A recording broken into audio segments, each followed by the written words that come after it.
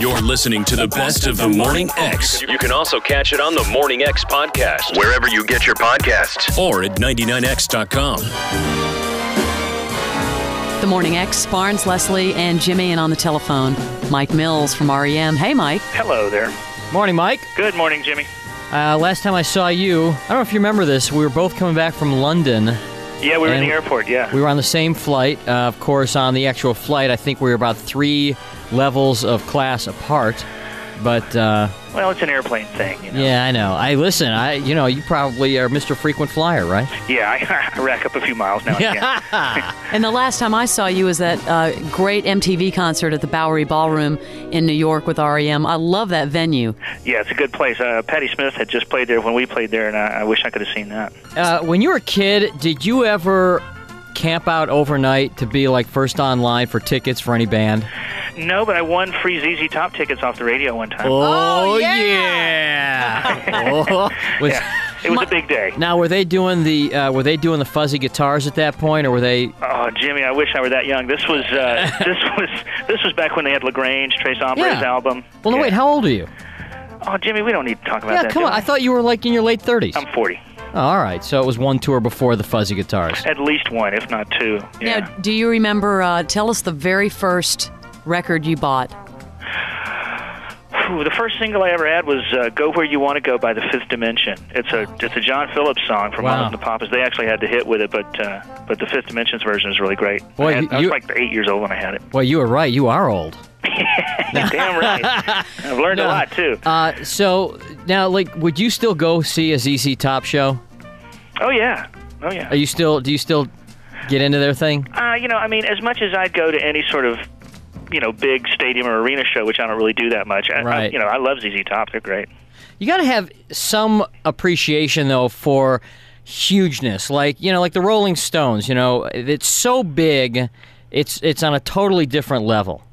Yeah, it becomes, at that point, it becomes as much spectacle as it is rock and roll show. You have an appreciation for that, though, Of course. We all have a little, Roman gladiator blood going through. We want to see, mayhem and carnage. And see, I don't get the feeling that Michael is into that as much. Well, we're different people. It's a good thing. Now, do you remember the first concert you went to? Because we had this conversation. Yeah. You do. Which one was it? It was Edgar Winter. It was the Edgar Winter Group with Rick Derringer and the James Gang opened up. Have you seen the TV commercials he's on right now? Yeah, no, that's Johnny. Is that Edgar or Johnny, the guy going? What's the difference? Well, I swear I don't even know the difference. I don't even know the difference. One of them's a blues man. The other one's more of a pop rock guy. Who's the albino? They're twin brothers. Oh, okay. Well, he's on a commercial with George Hamilton. Yeah, you know what? He does a really good job. It's great. It's hysterical. I think that is Edgar, actually. Now, okay. I know we sent Steve from the Steve Show and some listeners out to see you guys tape Party of Five. Do you know when that's going to air? I know it's in April sometime. It's towards the end of April. It's like 27th or 29th or maybe even the 22nd. I'm not real good with dates. Mm-hmm. Someone told me that before you taped that episode of Party of Five that you had never seen the show before. Well, I'd never seen one all the way through. Okay, so I don't watch much primetime TV. I'm usually doing stuff. Now you're up on the plot of Party of Five, which is good. Well, I know that plot. I know what happened that day. Now, I'll tell you, though, we loved the Sesame Street with R.E.M., with you guys singing. Did you have fun doing that? Yeah, that was cool. It was a completely surreal, psychedelic experience, just like I hoped it would be. I was surprised because I know that, like, Michael has gone on record as saying that Shiny Happy People, not one of his all-time favorite R.E.M. songs, and that was the song they did for the Sesame Street thing. Was it tough to get him to agree to do that one? No, listen, none of us hate that song, but none of us really love it either. It's just one of those. Right. It's just one of those sort of silly little songs that we did, and it's a great song. I mean, I don't dislike it, but the funny thing is, it seems like when people write about R.E.M., that's one of the things they mention is that song, and I'd rather them talk about other things. So no, it wasn't hard to talk anybody into doing that song, especially when they changed the lyrics. It was furry, happy monsters, which I loved. Mm-hmm. Yeah, who can have a problem with that? Are there any other huge hits out of your catalog that you really wish you could redo, that you do it differently, even though they're real big now? Not too much. You know, there's a couple of things off of Fables that might be a little muddy, but you know, but that's that's part of the charm of that record is the weirdness of it. So you know, I try not to look back too much. I try to think about what I can do better tomorrow than what I could repeat from yesterday. Right. Really enjoyed Behind the Music with R.E.M. Is it hard for you to sit back and watch shows like that about yourself? Not as long as I don't embarrass myself. No, it's if I say something stupid, then it gets a little tough. I thought that was I thought MTV did a really good job with that. Yeah, they did. You know, well, VH1 actually. Exactly. Right. You know what? It's a really cool thing. I mean, it's kind of what's put that station up in some places ahead of MTV, just because they're concentrating on music and not. And MTV's doing these silly little game shows. I am so addicted to Behind the Music. I will sit there when they have those marathons on Saturday and Sunday and watch every Leif Garrett and Jan and Dean, every single one of them. Well, that's great. You know, it's for music lovers. It's for fans. Exactly. And that's what we are. You know. We're talking to Mike Mills from R.E.M. You just don't want to end up on the Where Are They Now show. Well, it depends on where you are now. I mean, if you're sitting pretty somewhere and you look good, then there's no problem. I guess. Did you happen to see the Rock and Roll Hall of Fame induction? No, I didn't. I was out. That was pretty good. The E Street Band getting back together. Were you ever a Springsteen fan? Oh, yeah. I saw him at the Fox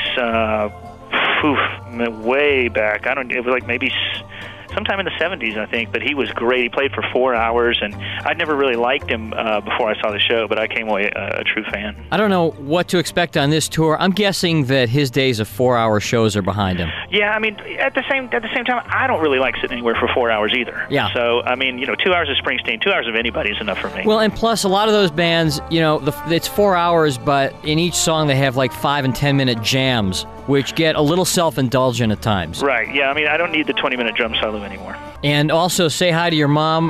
We talked to her on Mother's Day. We have a great time. And I know Barnes, unfortunately, is sick today, and so he can't be here. But he missed you from the softball game last year because, you were one of the outstanding players 2 years ago, and hopefully you'll be able to join us next year. Yeah, we had a great time doing that. I hope I can do it again. One quick last thing before you go. Yep. 15 seconds it'll take. Have you heard our fish quiz? Uh-oh. No. You haven't? You mean the people at the R.E.M. office have not briefed you on the fish quiz? I've been out of the country. All right. Well, every celebrity, I think, for the last 3 years we've had on has done it. It's very simple. All right. 15 seconds. Yep. You'll have to name as many fish as possible. As many kinds of fish? Yeah, anything underwater that swims counts. It can be a crustacean. It can be a, seahorse, whatever.